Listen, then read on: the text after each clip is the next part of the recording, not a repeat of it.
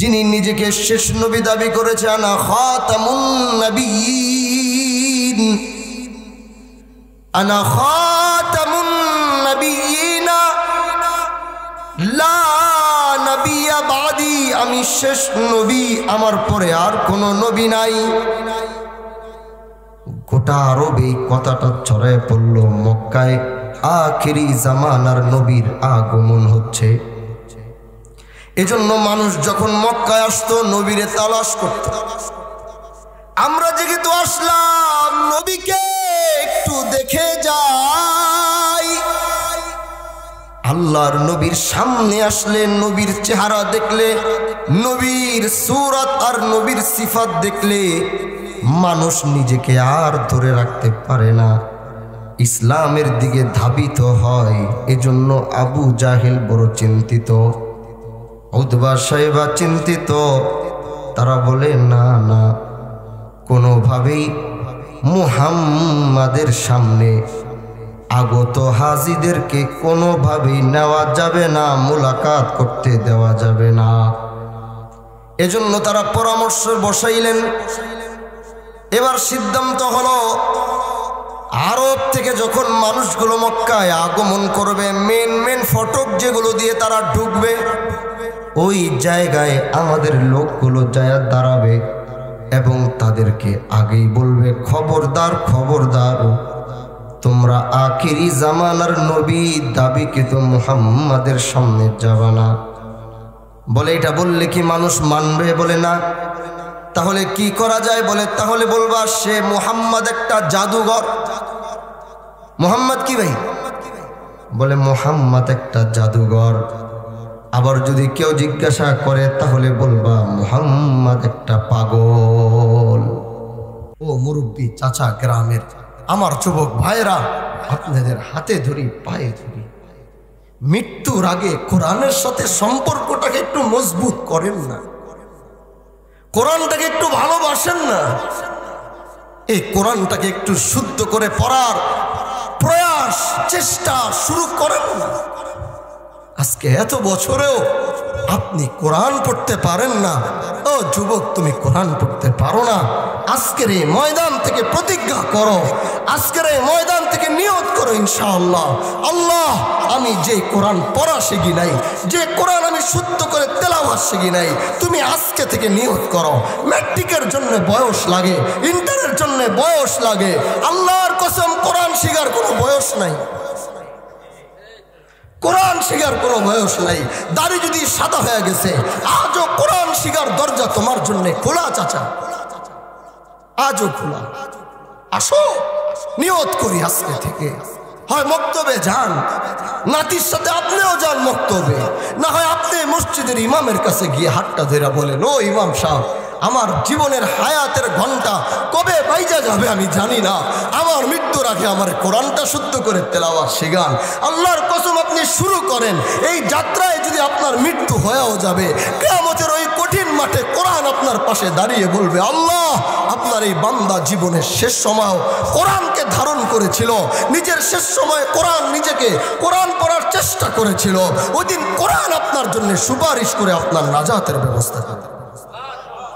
শিবচরের একটা টঙের দোকানে বৈশা 5 জন দেখতেও আমার ভালো লাগে।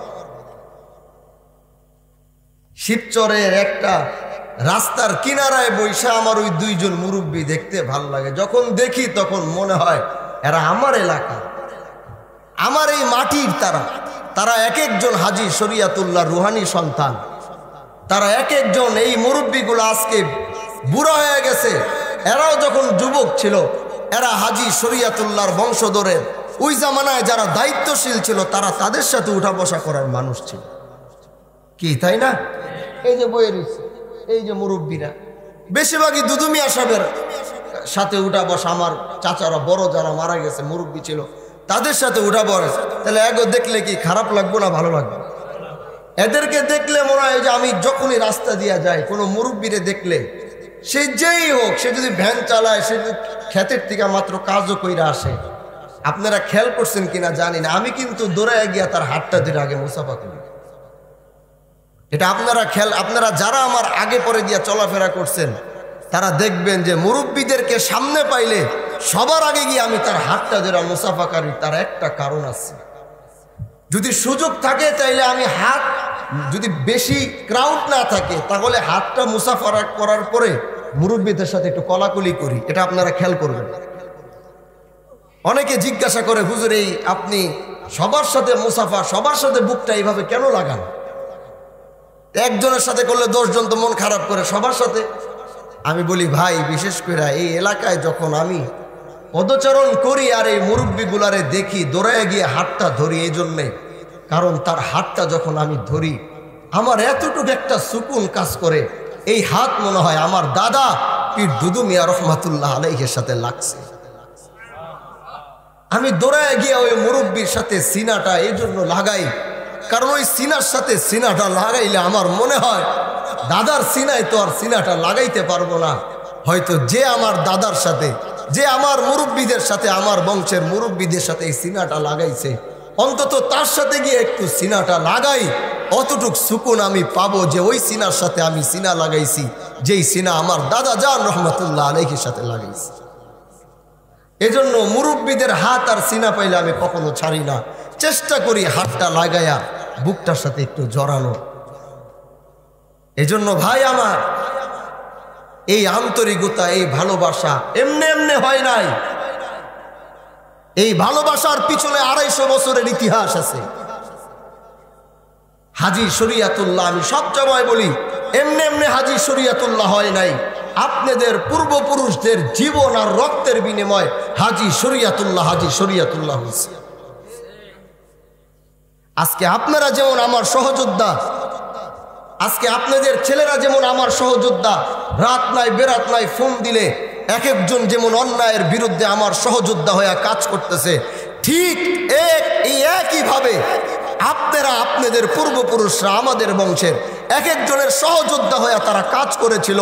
কেউ ব্রিটিশের বিরুদ্ধে আন্দোলন করেছিল, কেউ অন্যায়ের বিরুদ্ধে আন্দোলন করেছিল, কেউ হিন্দু জমিদারদের বিরুদ্ধে আন্দোলন করেছিল। আর এর মধ্যে অনেকের রক্ত দিতে হয়েছে, অনেকের জীবন দিতে হয়েছে। আর এটার পরেই হাজী শরিয়াতুল্লাহ।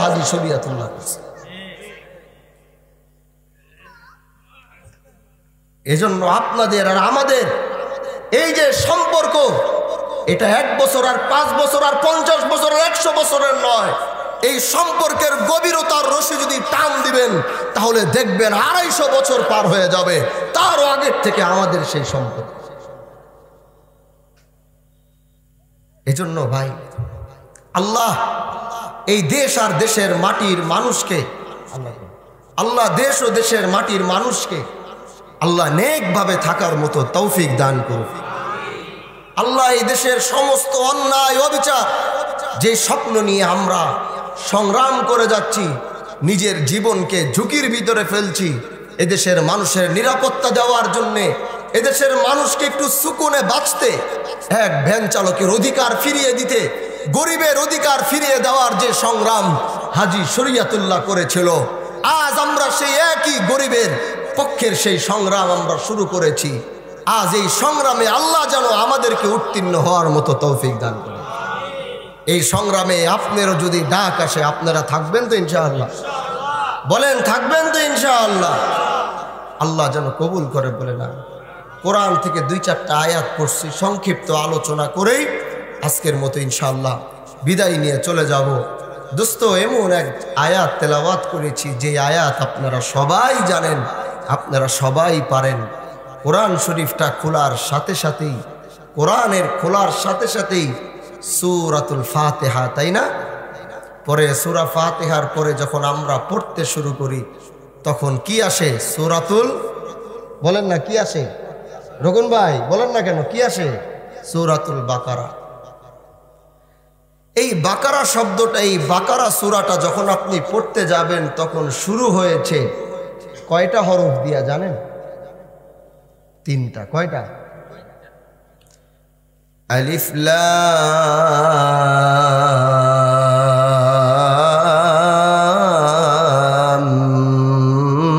মিম।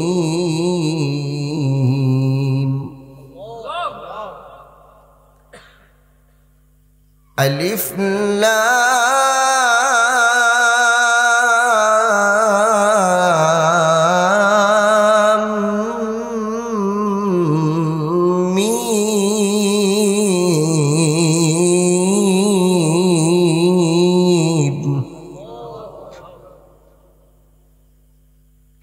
যালিকাল কিতাব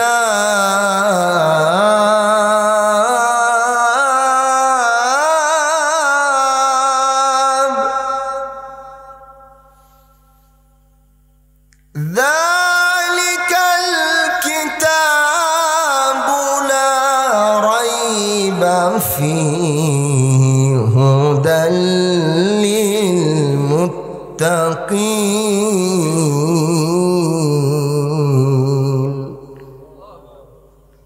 শুরু হয়েছে মাত্র 3টা হরফ দিয়ে, এবং এই 3টা হরফ বড় আজীব। কেমন আজীব যে গোটা কোরআনের সব অর্থ মুফাসসিরে কেরামরা বের করে ফেলছে, কিন্তু এই 3 অক্ষরটার অর্থ কেউ বের করতে পারেনি, কেউ জানেও না।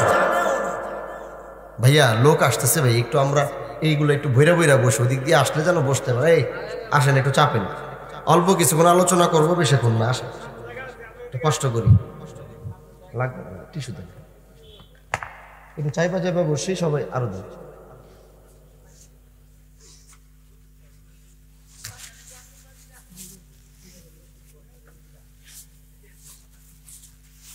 আল্লাহ আসলে চাইবা যাবে অল্প কিছু আলোচনা ভাই, বেশি লম্বা না, চাইবা যাবে সবাই একটু বসে ইনশাআল্লাহ। তো সবাই সবাই কোরআনের সব অর্থ বাই করে লিস, কোরআনের যত আয়াত, যত শব্দ, যত হরফ সব বের করছে, কিন্তু এই 3টা হরফ পৃথিবীর কোন আলেম, মুফতি, শাইখুল হাদিস, আল্লামা যত যাই হোক, এই 3টা শব্দের অর্থ পৃথিবীর কেউ বের করতে পারেনি। আজীব না বিষয়টা? সবাইরে যদি জিগাই যে ভাই কেন বের করতে পারেন না, পৃথিবীর সবাই এক অর্থ বের করছে। যত মুফাসসিরে কেরাম তাফসীরের কিতাব লিখছে, সবাই মাত্র একটা অর্থ বের করতে পারছে। বলে সেটা কি? বলে সেটা হচ্ছে আল্লাহু আ'লামু বিমুরাদি। পৃথিবীর যত ডক্টর, শাইখুল হাদিস, বিজ্ঞানী যারা কোরআন রিসার্চ করছে, সবাই এক কথা বলছে যে এই আলিফের অর্থ, লামের অর্থ, মিমের অর্থ কেউ না, এটা একমাত্র কে ভালো জানে? আল্লাহ পাক বলে, বান্দা এটাই হইছে কোরআনের শান আর কোরআনের মুজিজা। আমি যতটুকু বুঝার তৌফিক দিয়েছি, তোমরা কিন্তু ততটুকুই বুঝতে পেরেছো। আর যেটার অর্থ আমি আল্লাহ নিজের কাছে রেখেছি, কোরআনের 1400 বছর নাজিল হওয়ার পরেও আজও পৃথিবীর কেউ কোরআনের এই যে অর্থ যেটা আমার কাছে রেখেছি, ওইটা আজও দুনিয়ার কেউ বের করতে পারে? ভাই আমার, মাদ্রাসার মাহফিল, এজন্য চিন্তা করলাম যে একটু আলোচনা করি, আর এমন এক বিষয়ের উপরে আলোচনা করি যে বিষয়টা এই উম্মতের জন্য নিয়ামত। বলে কেমন নিয়ামত? বলে আল্লাহ যদি কোরআন না নাজিল করত, আমি দুনিয়াতে চলতে পারতাম না। কোরআন আমাকে বলছে রাষ্ট্র কিভাবে পরিচালনা করতে হবে। আল্লাহর এই কোরআন আমাকে বলছে কিভাবে আইন ব্যবস্থা কিভাবে প্রণয়ন করে আইন প্রয়োগ করতে হবে। কোরআন আমাকে বলছে কিভাবে ব্যবসা বাণিজ্য হালাল ভাবে করতে হবে। কোরআন আমাকে বলেছে কিভাবে সন্তান হক আদায় করবে এবং সন্তানেরা বাবা মার হক আদায় করবে। কোরআন আমাকে বলেছে স্বামী কিভাবে স্ত্রীর হক আদায় করবে, স্ত্রী স্বামীর হক কিভাবে আদায় করবে। কোরআন আমাকে বলেছে ভাই ভাইয়ের উপরে কি হক থাকবে। কোরআন আমাকে বলেছে সমাজে আমার কি প্রয়োগ করতে হবে, কি সমাজ ব্যবস্থা আমার কায়েম করতে হবে। কোরআন আমাকে রাস্তা দেখিয়েছে জান্নাতের। কোরআন আমাকে জান্নাতের রাস্তা দেখিয়ে জাহান্নাম থেকে বাঁচার রাস্তাও দেখিয়েছে। তাহলে ভাই, এই কোরআন যদি নাজিল না হইতো, ওই যে রাস্তার কুকুরকে দেখেন না, আর যেখানে মনে চায় সেখানে সহবাস করা শুরু করে। ওই কুকুরকে দেখেন না, যেখানে মন চায় ওখানে দাঁড়ায় প্রস্রাব করা শুরু করে। কারো গাড়ির টায়ারের উপরে, না হয় কারো বাড়ির দেয়ালের উপরে।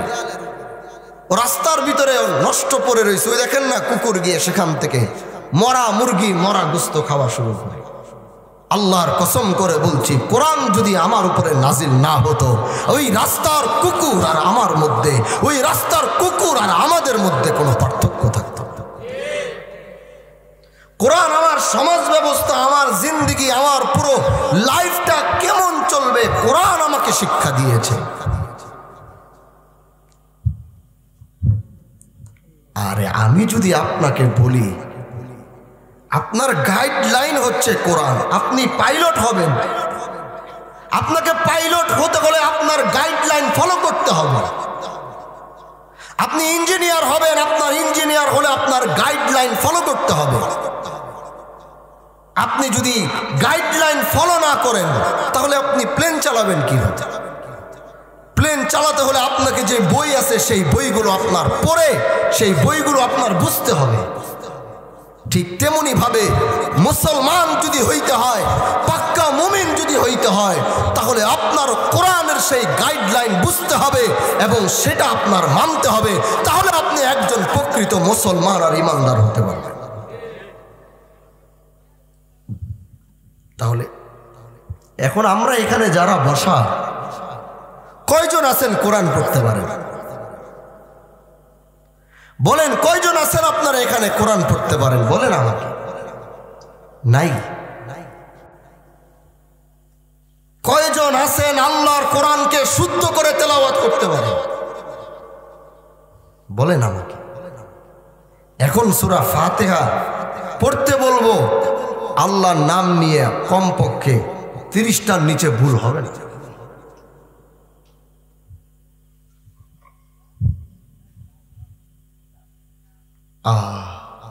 এটাই আমার কাছে আফসোস লাগে যে আমরা মুসলমান হয়ে আমাদের গাইডলাইন আমরা জানি না। আর আমরা আমাদের গাইডলাইন না জানার কারণে আমাদের প্রতিটা কার্যক্রমে আমরা ভুল সিদ্ধান্ত নিচ্ছি। আর এটার কারণে আমরা আমাদের পথে পথে আমরা ভুল করে যাচ্ছি, একমাত্র কোরআনের গাইডলাইন জানি না।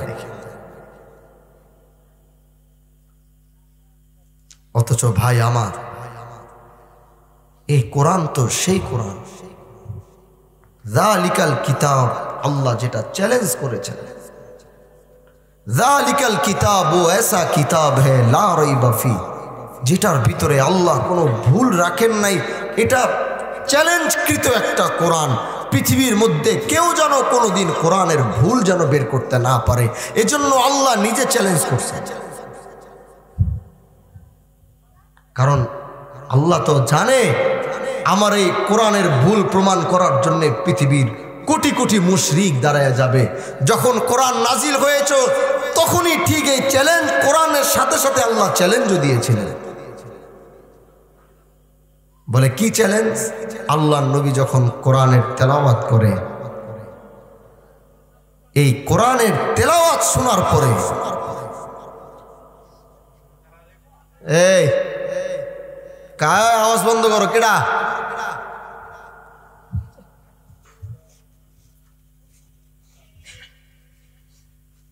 ভাই কথাগুলো একটু মন দিয়ে একটু বুঝার চেষ্টা করে। অল্প কিছু কথা বলবো ভাই, 10-15 মিনিটের বেশি আর বলবো না। বুঝার চেষ্টা করো। কি বলছিলাম, কোথায় আসছিলাম মনে আছে?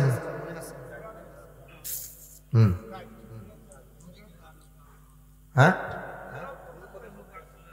হ্যাঁ, কোরআনের এই তেলাওয়াত যখন নবী করেন তখনই তো কাফেররা দাঁড়ায় গেছে, যে কারণ কোরআনের টাচ চুম্বুকের মতো। কিসের মতো ভাই? বলে কেমন চুম্বুক? কোরআন চুম্বুক দুইটা একসাথে করলে ঠাস করে যেমন বাড়ি খায় না, ঠিক তেমনি ভাবে কোরআন কি করে মানুষকে চুম্বুকের মতো এভাবে লাগাই দেয়। যেমন একজন কাফেরদের বড় সরদার মক্কায় হজের জন্য আসছেন। কিসের জন্য? मेरे दोस्तों, मेरे अजीजों, मेरे प्यारो, दिलटा लगाओ, অন্তর লাগাও। আল্লাহর কোরআনের সামান্য কথাগুলো একটু বোঝার চেষ্টা করবেন। এই কোরআনের দরদ আর মায়া আজ আপনাদের মধ্যে অল্প হলেও দিতে চাই। কোরআনের আজমত সম্পর্কে অল্প হলেও বলতে চাই। তারপরেও যেন আল্লাহর কোরআনের উপরে আপনাদের ভালোবাসা পয়দা হয়। কাফেরদের ওই সরদার যিনি মক্কায় আগমন করেছিলেন হজের জন্য, ঠিক হজের মাস যখন আসত, হজের মাস আসলে সারা আরব থেকে আল্লাহর ঘর দেখার জন্য মানুষের আগমন ঘটত। মানুষরা ছুটে ছুটে আসতেন। আজও যেমন হজের মাস আসলে আল্লাহর ঘর বাইতুল্লাহ যেমন মানুষ ছুটে যায়, কিন্তু আরব থেকে যখন মানুষরা বাইতুল্লাহর দিকে আসত, মেরে দোস্ত, এই কাবা চত্বর দেখার জন্য, কাবার জন্য যখন আসতো, এর আগেই তখন আল্লাহর নবীর নাম যখন ছড়ায়া পড়ল যে মক্কার মধ্যে আখিরি জামানার নবী সাইয়্যিদুল মুরসালিন খাতামুন নবিয়্যিন রাহমাতাল লিল আলামিনের আগমন হয়েছে, যিনি নিজেকে শেষ নবী দাবি করেছে। আনা খাতামুন নবিয়্যিন, আনা খাতামুন নবিয়্যিন লা নবিয়্যা বাদি, আমি শেষ নবী, আমার পরে আর কোনো নবী নাই। গোটা আরবে এই কথাটা ছড়ায় পড়ল, মক্কায় আখিরি জামানার নবীর আগমন হচ্ছে। এজন্য মানুষ যখন মক্কায় আসতো নবীরে তালাশ করত। আমরা যেহেতু আসলাম, নবীকে একটু দেখে যাই। আল্লাহর নবীর সামনে আসলে, নবীর চেহারা দেখলে, নবীর সূরত আর নবীর সিফাত দেখলে মানুষ নিজেকে আর ধরে রাখতে পারে না, ইসলামের দিকে ধাবিত হয়। এজন্য আবু জাহেল বড় চিন্তিত, উতবা সাইবা চিন্তিত। তারা বলে না না, কোনোভাবেই মুহাম্মাদের সামনে আগত হাজিদেরকে কোনোভাবেই নেওয়া যাবে না, মুলাকাত করতে দেওয়া যাবে না। এজন্য তারা পরামর্শ বসাইলেন। এবার সিদ্ধান্ত হলো, আরব থেকে যখন মানুষগুলো মক্কায় আগমন করবে, মেন ফটক যেগুলো দিয়ে তারা ঢুকবে, ওই জায়গায় আমাদের লোকগুলো যায় দাঁড়াবে এবং তাদেরকে আগেই বলবে, খবরদার খবরদার, তোমরা আখিরি জামানার নবী দাবিকৃত মুহাম্মাদের সামনে যাবা না। বলে এটা বললে কি মানুষ মানবে? বলে না। তাহলে কি করা যায়? বলে তাহলে বলবা সে মুহাম্মদ একটা জাদুঘর। মুহাম্মদ কি ভাই? বলে মুহাম্মদ একটা জাদুঘর। আবার যদি কেউ জিজ্ঞাসা করে তাহলে বলবা মুহাম্মদ একটা পাগল। তাও যেন আল্লাহর নবীর সামনে কোনোভাবেই যেন ভিড়তে না পারে। ভাই আমার, এখন এমনইভাবে যখন মক্কায় মানুষ আগমন করে, আর আগমন করতে করতে যখন সবাই মক্কার মধ্যে প্রবেশ করে, উতবা সাইবারা আবু জাহেলেরা বিভিন্ন জায়গায় দাঁড়ায় বলে, ভাই আখেরি জামানার নবী দাবি করা মানুষের সামনে কিন্তু যায়ও না, সে কিন্তু পাগল, আর কেউ বলে সে জাদুঘর। এবার যখন ভাই আমার একটা মানুষ সম্পর্কে যখন আপনাকে মানা করা হবে, খবরদার খবরদার যায়ও না, খবরদার খবরদার যায়ও না, তখন কিন্তু আপনার মধ্যে একটা জিনিস বারবার আসবে, কেন যাইতে মানা করে, কেন যাইতে মানা করে। কারণ মানুষ, আমাদের সিফাতটাই এরকম যে আমাদেরকে যেই বিষয়ের মধ্যে না করা হয় ওই বিষয়টা আমরা বেশি বেশি করে করতেছি। আল্লাহ কয় ঘুষ খাইস না, আমরা ঘুষ বেশি করে খাইতেছি। আল্লাহ কয় জিনার পথে যাইস না, আর আমরা সারা রাত জিনা নিয়ে ব্যস্ত থাকি। আল্লাহ কয় মদ হারাম, মদ খাইস না, আর আমরা মদ সারাদিন খাওয়ার জন্য ব্যস্ত থাকি। মানুষের সিফাতের মধ্যে এবার তাকে কয়, খবরদার মুহাম্মাদুর সামনে যায়ও না, পাগল, জাদু করে দিবে। তখন মানুষে কয়, কারণ কি? যেই জিনিসের প্রতি মানা থাকে ওই জিনিসের প্রতি মানুষের আকর্ষণ বেশি থাকে। এখন তাগো কথা হইছে, মানা যেহেতু করছে, গিয়া একটু দেখেই নেই কি এমন আছে, একটু দেখেই নেই। ওই যে ওমরের কথা মনে নাই?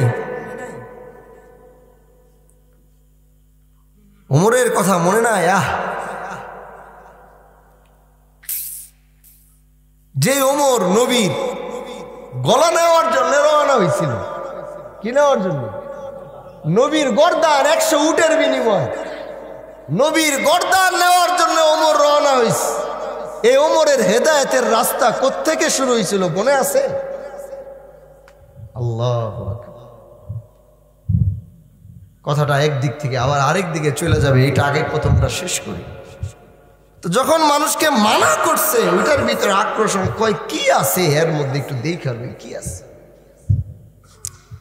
এখন লুকায়া লুকায়া কাফেরদের চোখগুলো, সরদারদের চোখগুলো ফাঁকি দিয়ে একজন কাফের সর্দার নবীর তালাশ নেওয়া শুরু করছে, এই আছে কোথায়। খুঁজতে খুঁজতে খুঁজতে খুঁজতে খুঁজতে খুঁজতে একদম নবীর বাড়ির কাছে মসজিদে হারামের সাইডে চলে আসছে। জিজ্ঞেস করতেছে, ভাই নবী দাবি করা, শেষ নবী দাবি করা ওই মানুষটা কোথায়? দেখাইতে খুঁজতে খুঁজতে আয়েশা দেখে যে নবী নামাজে দাঁড়ায় রয়েছে। কিসে দাঁড়ায় রয়েছে? নামাজে দাঁড়ায়া আল্লাহর নবী নামাজে দাঁড়ায়া কি তেলাওয়াত করে? আউযু বিল্লাহি মিনাশ শাইতানির রাজীম, বিসমিল্লাহির রহমানির রহিম, আর রহমান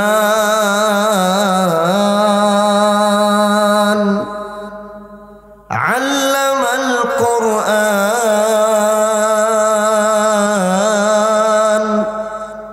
খালাকাল ইনসান আল্লামাহুল বায়ান الشمس والقمر بحسبان। এই যে তেলাওয়াত, ও পিছনে দাঁড়ায় রয়েছে, ওই কাফেরের সর্দার পিছনে দাঁড়ায় দাঁড়ায় শুনে আর কয়, এ আমি কি শুনলাম, এ আমি কি শুনলাম, এর থেকে তো বড় সত্য আমি পৃথিবীতে আর শুনি নাই। বলেন না সুবহানাল্লাহ, বলেন না। এর থেকে বড় সত্য তো আমি জীবনে কোথাও শুনি, আমি কি শুনলাম? নবী নামাজ শেষ কইরা ঘরের দিকে ছুটছে, কাফেরের সর্দার নবীর পিছে ছুটছে। যায়া দাঁড়ায় কয়, এই দাঁড়ান দাঁড়ান দাঁড়ান। নবী দাঁড়াইছে, বলে তুমি কে? পরিচয় দিল। কেন? বলে মক্কায় আসছি, আপনাকে তালাশ করতেছি। ঢোকার সময় বলল যে আপনি বলে জাদুঘর। ঢোকার সময় কে বলল? আপনি বলে পাগল। কিন্তু আপনি এতক্ষণ দাঁড়ায় দাঁড়ায় কি করছেন? আল্লাহর নবী বলে, আমি আমার রব, আমার মালিকের সাথে কথা বলছি। जिसने आसमान बनाया, जिसने जमीन बनाया, मैं तो अपनी रब से मैं तो अपनी रब के साथ बात कर रहे थे। जवाब में वो कुफार, वो काफिर ने कहा, এর থেকে বড় সত্য আমি তো পৃথিবীতে আর শুনি নাই। যদি আপনি সত্যি নিজেকে আখিরি জামানার নবী দাবি করে থাকেন, আমি বিশ্বাস করি আপনি আখিরি জামানার নবী। আমি আর ডান বাম দেখতে চাই না, তাকাইতে চাই না, কে কি বলল শুনতে চাই না, বুঝতে চাই না। আপনি বলেন আপনার অনুসারী হইতে হলে আমার কি করতে হবে? নবী ने फरमाया कुछ भी नहीं है, मेरे हाथ के हाथ लगा दो। उसने हाथ लगा दिया। नबी ने कहा कि अभी कलिमा पढ़ते रहो। उसने पढ़ते रहा कि अशहदु अल्ला इलाहा इल्लल्लाह व अशहदु अन्ना मुहम्मदुर। কেন? শুধু কোরআনের তেলাওয়াত, শুধু কোরআনের তেলাওয়াত শুনে তার বিশ্বাস হয়ে গেছে यही है आखिरी नबी, यही है सैयदुল মুরসালিন, यही है ইমামুল মুরসালিন। শুধু কোরআনের তেলাওয়াত শুনে। কেন? ওমর যখন নবীর কল্লা আনতে গেছিল, রাস্তায় যখন একজন বলল ভরা দুপুরে, ওমর এত রাগ হয়ে কোথায় যাও? ওমর বলছে মুহাম্মাদের গর্দান আনতে যাই। কয় মুহাম্মাদের গর্দান আনার আগে একটু দাঁড়াও, 2 মিনিট তোমার সাথে কথা আছে, আমার কথার জবাব দিয়া তারপরে মুহাম্মাদের গর্দান আনবা। বলে কি কথা? কও তাড়াতাড়ি, আমার হাতে সময় নাই, আমি ওয়াদা দিয়ে আসছি মুহাম্মাদের গর্দান না নিয়ে বাড়িতে যাব না। কয় দাঁড়াও, ঠান্ডা হও, যে মুহাম্মাদের গর্দান নেওয়ার জন্য যাচ্ছ সেই মুহাম্মাদের অনুসারী তো তোমার রক্তের মধ্যে ঢুকে গেছে, আগে নিজের রক্ত ভালো করো, তারপরে মুহাম্মাদের গর্দান আনতে যাবা। ভরা দুপুরে ওমর রাগ হয়ে জিজ্ঞাসা করে, মানে? কয় তুমি যে মুহাম্মাদের গর্দান আনতে যাও সেই মুহাম্মাদের অনুসারী তোমার আপন বোন, তোমার রক্তের বোন, তোমার মায়ের পেটের বোন। ওমরের রাগ তো বুঝেনি, ওইখান থেকে ইউটার্ন নিচে সোজা, আজকে তো মাইরা ফেলবে, খায়া ফেলবে। আজকে একদিন ওর বোনের বাঁচার অধিকারও রাখে না। আজ যদি যে মুহাম্মাদের গর্দান আনার সাহস করতে পারে, তাহলে নিজের বোনের সাথে কি করবে? যে সাইয়্যিদুল মুরসালিনের গর্দান আনার সাহস করতে পারে, যে ইমামুল মুরসালিনের গর্দান আনার সাহস করতে পারে, যার এত অনুসারী মক্কার জমিনে এখনো আছে, তাহলে সে তার বোনের সাথে কি করবে? গেছে বোনের কাছে। আল্লাহু আকবার। দেখো কোরআন কি জিনিস। গ্রামের চাচারা যারা আজও 50 বছরে আল্লাহর কোরআন শুদ্ধ করে তেলাওয়াত করতে পারো না, আজকে তাদের জন্য আমার এই কথাগুলো একটু মাথার ভিতরে ঢুকিয়ে তারপরে যাবেন। যুবক ভাইরা, আজকে আমার কথাগুলো একটু মাথার ভিতরে ঢুকিয়ে তারপরে যাবেন। ঘরের ভিতরে ঢুকার সাথে সাথে তাদেরকে, তার বোন আর বোন জামাইকে পড়াইতেছিল হযরতে খাব্বাব রাদিয়াল্লাহু তাআলা আনহু। খাব্বাব যখন টের পাইছে যে ওমর আইছে, হায় হায় হায় হায়, হে করছে কি আর বোন জামাইরে রাইখা দৌড়ায়া আগে নিজের জান বাঁচানোর জন্য চোখের তলে পড়াইছে, খাইছে আজকে। ওমর ওই যে যখন ঢুকছে, ঢুকার সাথে সাথে তখন কিছু কোরআনের তেলাওয়াত চলতেছিল। বিসমিল্লাহির রহমানির রহিম। তাহা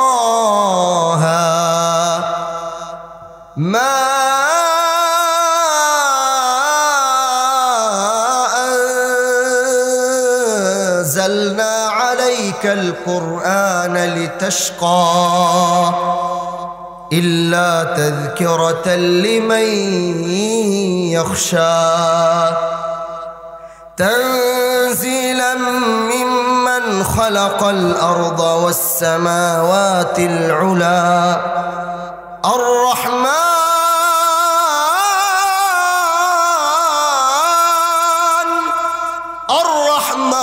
আলাল আরশি ইস্তাওয়া।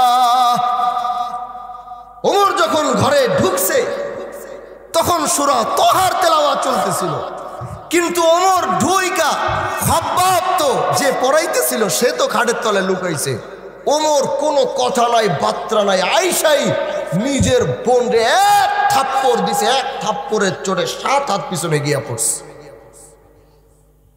ওমরের থাপ্পড় তোমার আমার 10 জন মিলা দিলে থাপ্পড় দিলে যেই থাপ্পড়টা লাগবে ওমরের সেই শক্তি ছিল তখন। বোন থাপ্পড় খায়া নিচে পইরা গেছে, খাব্বাব তো লুকায় রইছে, হইছে কাজ। বোন তখন বলে ওমর কি করবা, মারবা? এ ওমর মারবা?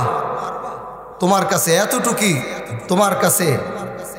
এতটুকি ক্ষমতা আছে, সরো লাগবে না, সরো, তোমার কাছে এতটুকু ক্ষমতা আছে তুমি আমাকে হত্যা করতে পারবা, আমাকে মেরে ফেলবা। কিন্তু ওমর মনে রাখো, যার আদর্শ আমি ধারণ করেছি, যাকে আমি ভালোবেসেছি, মেরে ফেললেও আমার আদর্শ থেকে তুমি আমাকে সরাইতে পারবা। মৃত্যুর মুখোমুখি দাঁড়িয়ে হযরতে ওমরের বোনের কথা ছিল। সবকিছুর পরে তো ভাই, সবকিছুর পরে তো নিজের ভাই, সবকিছুর পরে তো নিজের আপন বোন, মায়ের পেটের বোন। মায়েরা দেখছে অর্ধেক কাইতে খানি। এই কথাটা শুই না ওমরের ভিতরে না একটু মায়া লেগে গেছে। আর নবী তো আল্লাহর কাছে হাত উঠাইয়া দোয়া করছিল, আল্লাহ তুমি 2 জনের একজনকে ইসলামের জন্য কবুল কইরো, এক হইল আবু জাহেল, না হয় এক হইল ওমর। আল্লাহ আজকে ওমরে কবুল করছে, দেখে রাস্তাটা কেমনে বানায়। এবার দেখেন ওমর যে নরমটা হয়েছিল সেটার প্রমাণ হচ্ছে ওমর সেই মুহূর্তে তার বোনকে হঠাৎ কইরা জিজ্ঞাসা কইরা বসলো, আচ্ছা আমি যখন এখানে ঢুকছি তখন তুমি জানো কি তেলাওয়াত করতেছিলা? আমি যখন এখানে ঢুকছি তুমি তখন জানো কি পড়তেছিলা?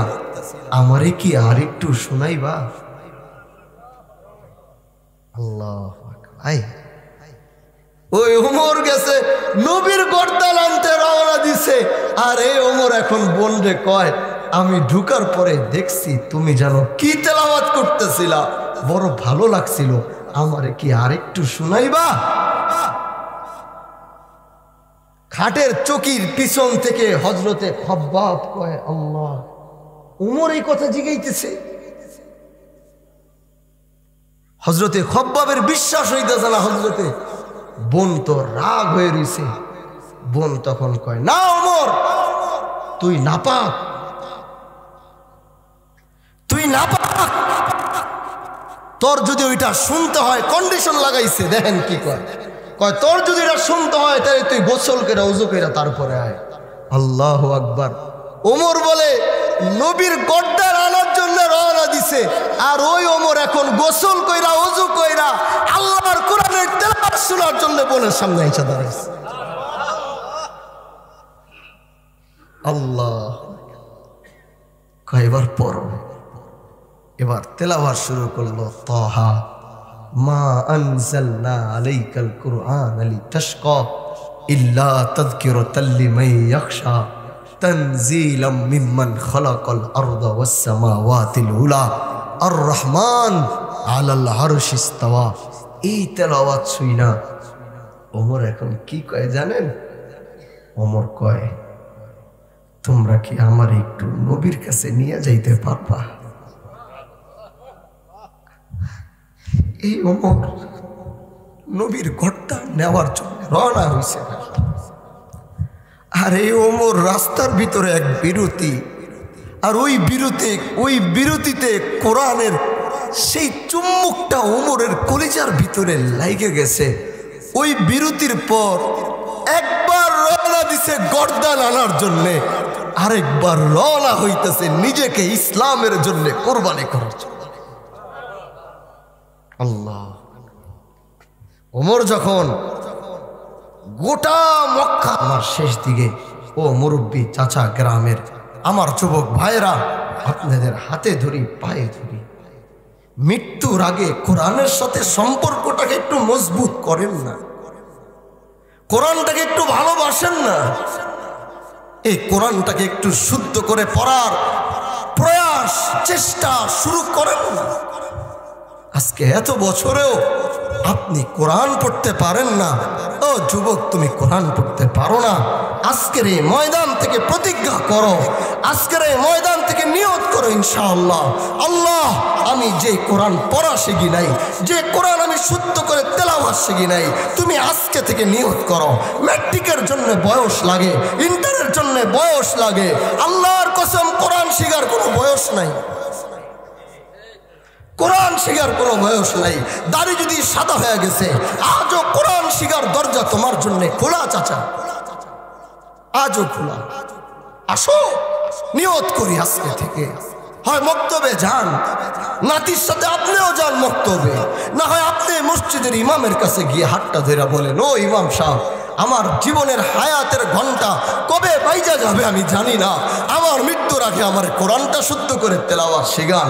আল্লাহর কসম আপনি শুরু করেন, এই যাত্রায় যদি আপনার মৃত্যু হয়েও যাবে, কিয়ামতের ওই কঠিন মাঠে কোরআন আপনার পাশে দাঁড়িয়ে বলবে, আল্লাহ, আপনার এই বান্দা জীবনের শেষ সময় কোরআনকে ধারণ করেছিল, নিজের শেষ সময়ে নিজেকে কোরআন পড়ার চেষ্টা করেছিল, ওই দিন কোরআন আপনার জন্য সুপারিশ করে আপনার নাজাতের ব্যবস্থা করে।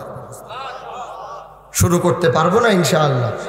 বলেন কে কে পারবো আমরা শুরু করতে? ইনশাআল্লাহ সবাই পারবো তো আমরা ইনশাআল্লাহ? মুখে মুখে না দিল থেকে? বলেন দিল দিয়া না অন্তর দিয়া? পারবেন তো ইনশাআল্লাহ? বলেন পারবেন তো ইনশাআল্লাহ? আল্লাহ তুমি কবুল করো। বলেন আল্লাহ তুমি সবাইকে কোরআন শুদ্ধ করে পড়ার তৌফিক দান করো, সবাইকে কোরআনের ভালোবাসায় সিক্ত হওয়ার তৌফিক দান করো, কোরআনকে ধারণ করার তৌফিক দান করো। আল্লাহ কোরআনকে ভালোবেসে জীবনের শেষ নিঃশ্বাস ত্যাগ করার তৌফিক দান করো।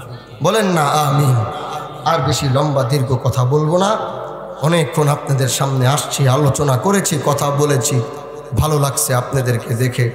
আপনারা জানেন হাজী শরীয়তুল্লাহ সমাজ কল্যাণ পরিষদ আপনাদের নিরাপত্তার জন্য কাজ করে যাচ্ছে। আপনারা সবাই এই হাজী শরীয়তুল্লাহ সমাজ কল্যাণ পরিষদের একজন সদস্য হবেন, পারবেন না ইনশাআল্লাহ? আপনারা সবাই সবার জায়গা থেকে শক্ত ভূমিকা পালন করবেন। এবং যে মাদ্রাসার মাহফিলে আজকে আসলাম, এই মাদ্রাসা মহিলা মাদ্রাসা, আপনাদের মেয়েগুলাকে আপনারা দিনদার বানায়েন ভাই। মা ভালো হইলে সন্তান কি হয়? বলেন না, মা ভালো হইলে সন্তান কি হয়? এই যে কয়েকদিন আগে, আল্লাহু আকবার, কোন দুনিয়ায় পাড়া দিলাম, কোন দুনিয়ায় পাড়া দিলাম, বাহিরের কথা কি বলবো, আমার শিবচরের কথা বলি।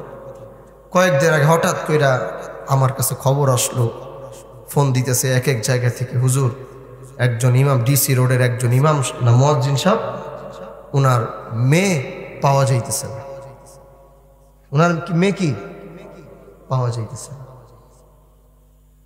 কি ব্যাপার, মেয়ে পাওয়া যাইতেছে না? তো আমার বিভিন্ন জায়গা থেকে মানুষ ফোন দিচ্ছে, কল দিচ্ছে, আমাকে অনেকে বলতেছে, হুজুর আপনি একটু দাঁড়াবেন, সাংবাদিকের কথা বলে আপনি একটু বললে সবাই কীভাবে বাইর করা যায়। তো আমি তখন ঢাকায় ছিলাম, আসতে আসতে আবার খবর পাইলাম কি মেয়েটা মারা গেছে। মেয়েটা মারা গেছে কিভাবে? এরপরে খবর পাওয়া গেল, পুলিশ তদন্ত করলো, সব তদন্ত করে দেখা যায় যে এই মেয়ের হত্যা করার দায়ী মেয়ের মা। এই হচ্ছে যদি আমাদের সমাজে অবস্থা, ওই মাদেরকে আমরা একটু দিন বুঝাইতে চাই। তো এক তদন্তের ভিতরে একটা কথা আমার কাছে আসছে যে পরপর ওনার 3টা মেয়ে হয়েছে। আমাদের সমাজ ব্যবস্থা এত খারাপ হয়েছে যে আমরা মেয়ে হইলে রাগ করি, আর ইসলাম যদি বুঝতাম তাহলে মেয়ে হইলে আরো পোলার থেকে বেশি খুশি। বলেন না ভাই? আমাদের সমাজে মেয়ে হইলে শাশুড়িরা বউরে সারাদিন ধমকায়। ওই যেই ছেলের যেই দুই ছেলে মনে করেন, এক ছেলের খালি ঘরের পর মেয়ে হয়েছে, ওই ছেলের বউয়ের কোনো দাম পরিবারে নাই। কারণ কি? কয় তুমি আমারে কি একটা নাতির মুখ দেখাইতে পারলা না। বলেন সত্য কিনা? নাতির মুখ দেখাইতে পারলা না। পরপর 3টা নাতনি হয়েছে, নাতির মুখ দেখে নাই।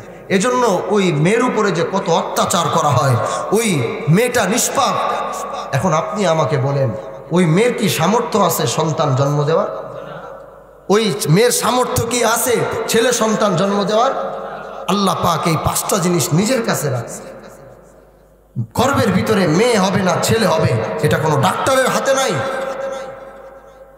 ডাক্তাররা বলতে পারে কখন, যখন ভিতরে কমপ্লিট হয়ে যায় তখন মেশিন লাগায় বলতে পারে পেটের ভিতরে মেয়ে আছে না ছেলে আছে। আর যদি আল্লাহ পাক আগেই বলার সুযোগ দিত যে তোমার পেটে কনসেপ্ট হওয়ার সাথে সাথে তুমি জানতে পারছো যে তোমার স্ত্রীর পেটের ভিতরে মেয়ে হয়েছে, তাহলে আমি মনে করি এদেশের হাজারো পিতারা প্রত্যেকটা পিতা এক একজন হত্যাকারী থাকতো। 2 হত্যাকারী মেয়ে হত্যাকারী পিতা হইতো তারা, যে এক একজন 4-5টা করে নিজের মেয়েকে হত্যা করেছে। প্রত্যেকটা পিতাকে একটা হত্যাকারী থাকতো। বলেন ঠিক কিনা ভাই? এই কথার সাথে আপনার একমত? কমপ্লিট হওয়ার পরে ডাক্তার কইতে পারে ছেলে না মেয়ে। ওই মেয়ে দেখার পরে অনেকে তো আছে ফালাই ফিরে যায় গিয়ে, মেয়ের বাপ দায়িত্বে নিয়া শ্বশুর বাড়ি নিয়ে মেরে দিয়া বাস যায় গিয়া।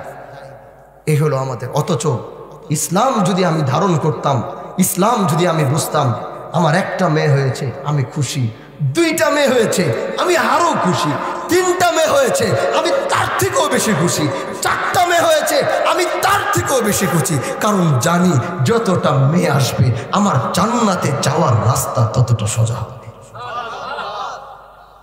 যদি কোনো 4টা মেয়ে জিম্মাদারি বিয়া দিয়া নেক ভাবে কোনো বাবা রাইখে যাইতে পারে, তার জন্য জান্নাত, তার মৃত্যুর অপেক্ষা করতে দেরি হবে, আল্লাহ তার জন্য জান্নাতের ব্যবস্থা করতে দেরি করবে না। তাহলে এটা যদি কোনো মেয়ের ভিতরে ধারণ করে, তাহলে কি সে তার মেয়েকে নিজের হাতে হত্যা করতে পারে ভাই? বলেন পারে ভাই? পারে।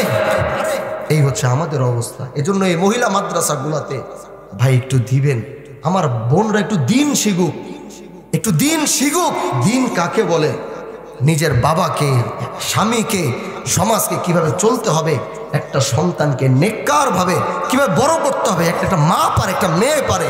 এজন্য মেয়েদের ভিতরে যত দিন থাকবে সন্তানরা তত নেককার হবে। বাবারা কি বাড়িতে থাকে? বলেন বাবারা কি বাড়িতে থাকে? এজন্য এই মহিলা মাদ্রাসার জন্য খেয়াল রাখবেন। এটা টাকা পয়সা যা জরুরত হয় এটা আপনারা সহযোগিতা কইরা এটাকে আপনারা চালায়া রাখবেন। মেয়েদেরকে দিবেন, আপনাদের সন্তানদেরকে আলেমা বানাবেন, হাফেজা বানাবেন। আল্লাহ যেন কবুল করে যারা এই মাদ্রাসা চালায়, তাদের যা কিছু প্রয়োজন আল্লাহ যেন তাদের সব কিছুর ব্যবস্থা করে দেয়। আল্লাহ যেন এই মাদ্রাসার সব হাজত যেন পূরণ করে দেয়। আল্লাহ যেন এই মাদ্রাসার সব চাওয়া পাওয়া পূরণ করে দেয়। আমিন। আর আমার জন্য খাস করে দোয়া করবেন, হায়াতে বেঁচে থাকলে আসবো, দেখা হবে, কথা হবে। বাহাদুরপুরের দরওয়াজা আপনাদের জন্য সব সময় খোলা। প্রতি ইংরেজি মাসের 2য় শুক্রবার বাহাদুরপুর পীর মঞ্জিলে আমাদের হাজী শরিয়াতুল্লাহ সমাজ কল্যাণ পরিষদের মাসিক তরবিয়ত উন্মুক্ত সভার জন্যে ওই দিন আমি থাকি। আপনাদের অভিযোগ শুনবো, আপনাদেরকে কিভাবে চলতে হবে, কিভাবে আপনাদের এই সমাজ কল্যাণ পরিষদকে মানুষের মধ্যে চালাইতে হবে সেটা আমরা বুঝাই। এজন্য প্রতি মাসের 2য় শুক্রবার পীর মঞ্জিল, ইংরেজি মাসের 2য় শুক্রবার পীর মঞ্জিল আপনারা আসতে পারবেন না ইনশাআল্লাহ। আল্লাহ যেন কবুল করে। হায়াতে বেঁচে থাকলে দেখা হবে, কথা হবে। হায়াতে বেঁচে থাকলে আল্লাহ যেন আবার আপনাদের সাথে আসা এবং বস